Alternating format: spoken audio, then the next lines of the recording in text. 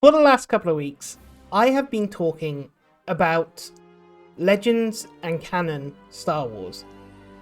And if you don't know what Legends and Canon is, Legends is everything that came before the acquisition of Disney, and Canon is episodes 1, 2, 3, 4, 5, 6, and anything that came once Disney acquired Star Wars. I have been talking more precisely about Luke Skywalker and Princess Leia. These are two characters who had a very flushed out Legends and Canon story. And another person that did have a very flushed out Canon and Legends story is Darth Vader. This is more precisely Darth Vader and not Anakin Skywalker. So today we'll be taking a look at 5 differences between Legends and Canon Darth Vader. But first, don't forget to like and subscribe.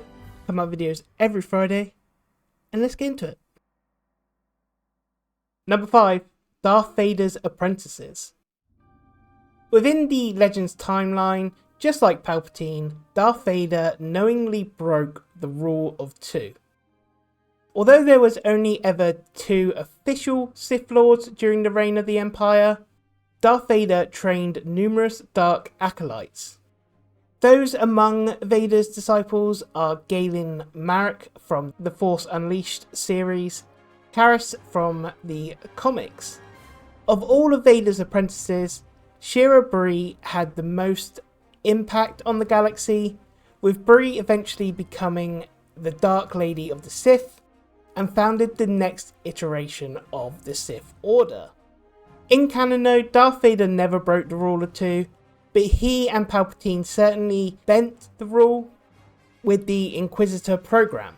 Imperial Inquisitors are basically Sith Lords, but are intentionally kept weaker than the Dark Lord to prevent them from becoming more powerful than them. And they achieved this with Palpatine and Vader overseeing the training of the Inquisitors. Number 4, Darth Vader's Castle.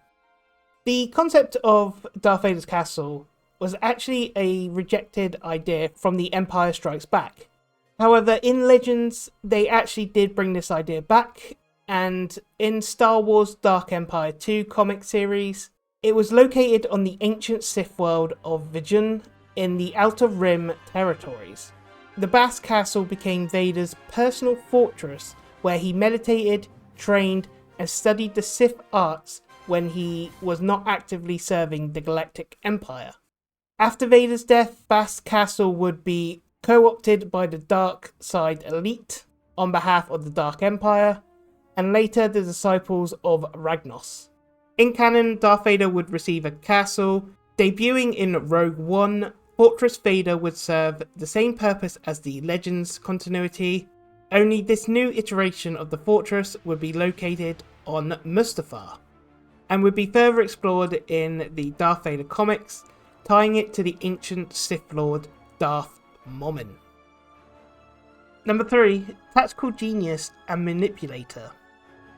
While Darth Vader's skills as a tactician are already shown multiple times in The Empire Strikes Back, the original trilogy era Legends, particularly Marvel Star Wars comics, make them even more prominent. Darth Vader is depicted as a tactical genius who is nearly as difficult to best in strategy as he is in combat. Vader manipulated Princess Leia during Operation Third Law, resulting in the Empire's theft of the crown jewels of Alderaan, and planted a double agent in Rogue Squadron in a plot to loosen Luke's faith within the Force. As a Force user, Darth Vader used deceptive tactics as well.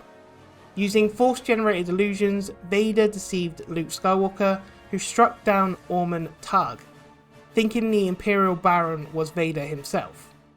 He also convinced young and idealistic Flint to join the Empire, manipulating him following the tragic death of his mother. Whereas in canon, it seems like they more use Vader as a scare tactic and for his combat skills. Number 2, he is more eager to engage in battle in canon. Marvel Legends era Star Wars comics made it rare for Darth Vader to ignite his lightsaber and battle his enemies. In-universe, this was due to almost entirely to Vader's trust in his troops. Typically, it took a particularly worthy opponent to make Vader battle an enemy, which made it more meaningful when Vader actually did use his lightsaber.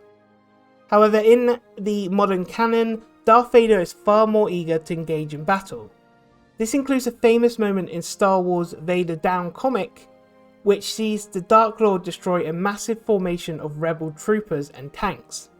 And in Rogue One, A Star Wars Story, gives Darth Vader his most famous action sequence in modern canon, with Vader brutally cutting down rebel troops. And number 1, his origin of his lightsaber. Vader's red-bladed lightsaber is the first Sith lightsaber you see within Star Wars. And both Legends and Canon give the weapon a different origin. In its original Legends incarnation, Darth Vader's lightsaber has a simple origin. After Obi-Wan stole Vader's Jedi lightsaber on Mustafar, the Sith Lord built a new weapon, giving it a similar design to his first blue-bladed Jedi weapon.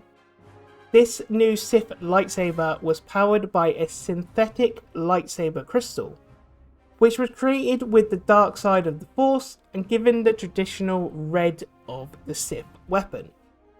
However, in modern Star Wars canon, they changed the lore of the lightsaber crystals, establishing that the usable kyber crystals cannot be synthesized and that they can only turn red as a result of bleeding, which is a Sith ritual that corrupts the gem with the dark side of the Force.